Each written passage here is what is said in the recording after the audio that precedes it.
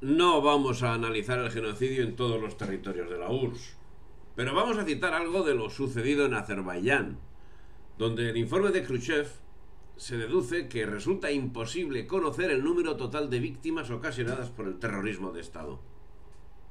Se calcula que hubo unas 120.000 muertes por culpa de las represiones. Y todo para una población, estamos hablando de Azerbaiyán, que en 1926 era tan solo de 2.600.000 personas. Este genocidio, sacado a la luz por el propio Khrushchev, no le exculpa a él mismo, ya que siempre fue un fiel colaborador, al tiempo que excelente amigo y proveedor de otro, como fue Fidel Castro. En fin, los archivos desclasificados durante la perestroika avalan la conciencia del carácter arbitrario de las purgas a voleo, doblemente preventivas por el terror que suscitaban. Estos materiales revelan la existencia de cuotas de detenciones obligatorias, para los poderes comarcales. Se les marcaba, decía, tenía que poner a tantas personas.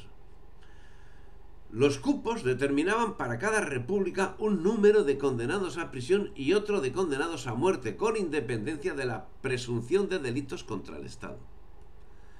Y ante esta situación que denunciaba el propio Khrushchev, su respuesta resulta incalificable, ya que pasando por encima del genocidio, silenciando el asesinato de millones de personas, solo se espantaba el amigo Khrushchev por la muerte de quienes eran comunistas.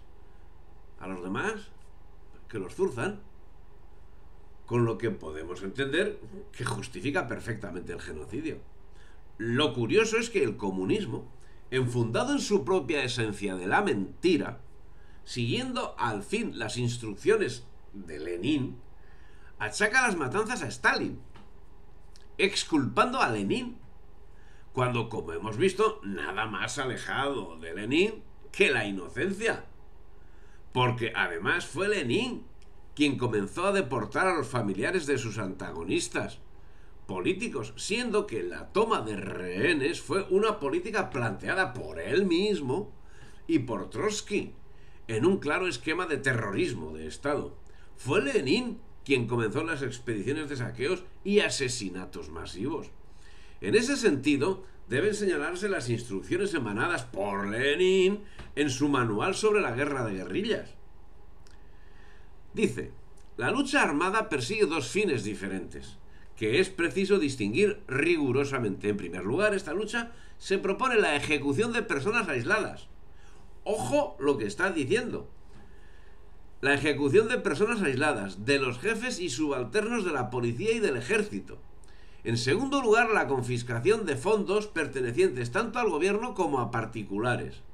Las grandes expropiaciones, la del Cáucaso de más de 200.000 rublos, la de Moscú de 875.000 rublos, estaban destinadas precisamente a los partidos revolucionarios, ante todo.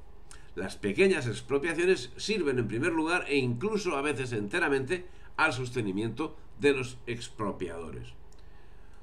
Todo un manual de actuación, todo un manual de terrorismo. Y las instrucciones de Trotsky eran del siguiente tenor. Os advierto, si una unidad se retira, será fusilado primero el comisario, luego el comandante. Los cobardes, los ventajistas y los traidores no se salvarán de las balas. Pero la amenaza iba más allá, bastante más allá. Nadie tiene el derecho de invocar la violencia de los invasores para justificar actos de traición al poder de los obreros y campesinos. Bueno, los obreros y campesinos son ellos, nadie más. Todo aquel que haya prestado ayuda al enemigo durante la dominación de los checos blancos será fusilado. Serán confiscados los bienes muebles e inmuebles de cuantos participen en la sedición burguesa y de todos sus cómplices. Ordenaba bajo pena de muerte a los trabajadores movilizados por los blancos que desertasen y se pasasen a los rojos. O sea, les ordenaba que se pasasen o los mataría. Esa era una orden de 27 de agosto de 1917 sobre la movilización. y otra vez Lenin y su guerra de guerrillas. Un marxista no puede considerar en general anormales y desmoralizadoras la guerra civil o la guerra de guerrillas como una de sus formas. Un marxista se basa en la lucha de clases y no en la paz social. En ciertos periodos de crisis económicas y políticas agudas, la lucha de clases, al desenvolverse, se transforma en guerra civil abierta, es decir, en lucha armada entre dos partes del pueblo. En tales periodos, el marxista está obligado a tomar posición por la guerra civil. Toda condenación moral de esta es completamente inadmisible desde el punto de vista del marxismo. Vladimir Ilich Lenin.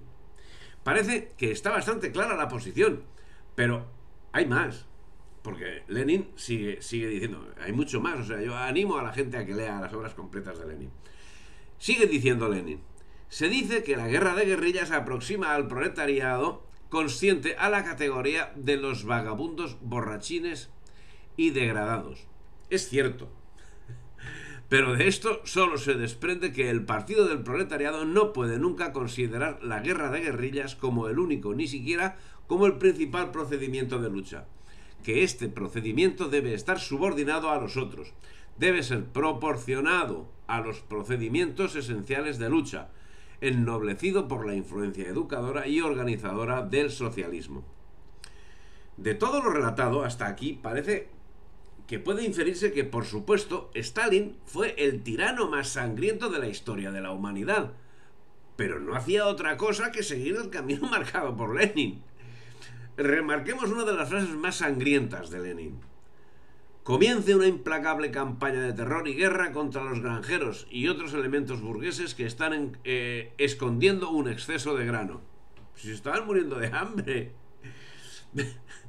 En fin, pero podemos aplicar la broma macabra de Lenin en lo relativo a que un dato individualmente tratado puede significar una tragedia. Pero como estamos ante una luz de datos, tan solo hablamos de estadísticas. Materiales y documentos sobre el terror bolchevique recogidos por el Buró Central del Partido Socialista Revolucionario Ruso hablan de aniquilar al adversario. Eran las instrucciones emanadas de la autoridad soviética en octubre de 1917. Si te ha gustado el vídeo, dale me gusta, difunde y suscríbete al canal.